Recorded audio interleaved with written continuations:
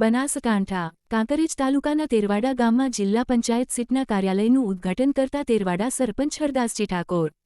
સ્થાનિક સ્વરાજ્યની ચૂંટણીમાં સમગ્ર ગુજરાતમાં નગરપાલિકાઓ, જિલ્લા પંચાયતો અને તાલુકા પંચાયતની સીટો ઉપર અંદાજે 7 જેટલી બેઠકો ઉપર ભાજપના ઉમેદવારો બિનહરીફ થયા છે, ત્યારે તેરવાડા 42 જિલ્લા પંચાયત સીટના કાર્યાલયનું ઉદ્ઘાટન કરવામાં આવ્યું, જેમાં સૌ પ્રથમ દીપ પ્રાગટ્ય કરી કાર્યક્રમને ખુલ્લો મૂકવામાં આવ્યો હતો.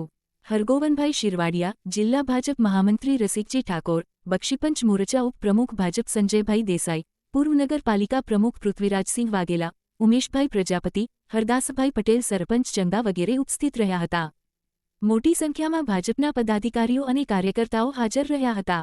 ઓગળ તાલુકાની 3 જિલ્લા ભાજપ પંચાયત અને 20 તાલુકા પંચાયતની સીટો ઉપર ભારતીય જનતા પાર્ટીના ઉમેદવારોને વિજયી બનાવવા માટે અપીલ કરવામાં આવી હતી. તેરવાડા જિલ્લા પંચાયતના ઉમેદવાર બાબુભાઈ ઠાકોર અને મતદારોને રીઝવવા માટે ડોર ટુ ડોર જઈ ભાજપની યોજનાઓ અંગે જાણકારી આપી હતી અને ભારતીય જનતા પાર્ટી તરફ વાળવા માટે હરગોવનભાઈ શિરવાડિયા કહ્યું હતું અને ક્રોસ વોટિંગ ન થાય તે અંગે ધ્યાન રાખવા જણાવ્યું હતું અને શુભેચ્છાઓ પાઠવી હતી. ત્યારબાદ આપણા દેશના વડાપ્રધાન નરેન્દ્રભાઈ મોદીની વિકાસની વાતો કરી હતી અને ગુજરાત સરકારના મુખ્યમંત્રી ભૂપેન્દ્રભાઈ પટેલે ખેડૂતો માટે તળાવો ભરવાની રેન્જ 3 કિલોમીટરથી વધારી 7 કિલોમીટરની મંજૂરી આપવામાં આવતા ભારે આનંદની લાગણીઓ જોવા મળી રહી છે.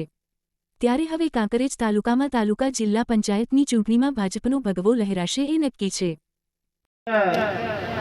કાર્યાલયમાં ઉદ્ઘાટનમાં ઉપસ્થિત બ્રહ્મ સમાજના આગેવાન એવા હરગોવનભાઈ, અમારા તેરવાડાના સરપંચ હરદાસભાઈ, કાંકરેજ તાલુકા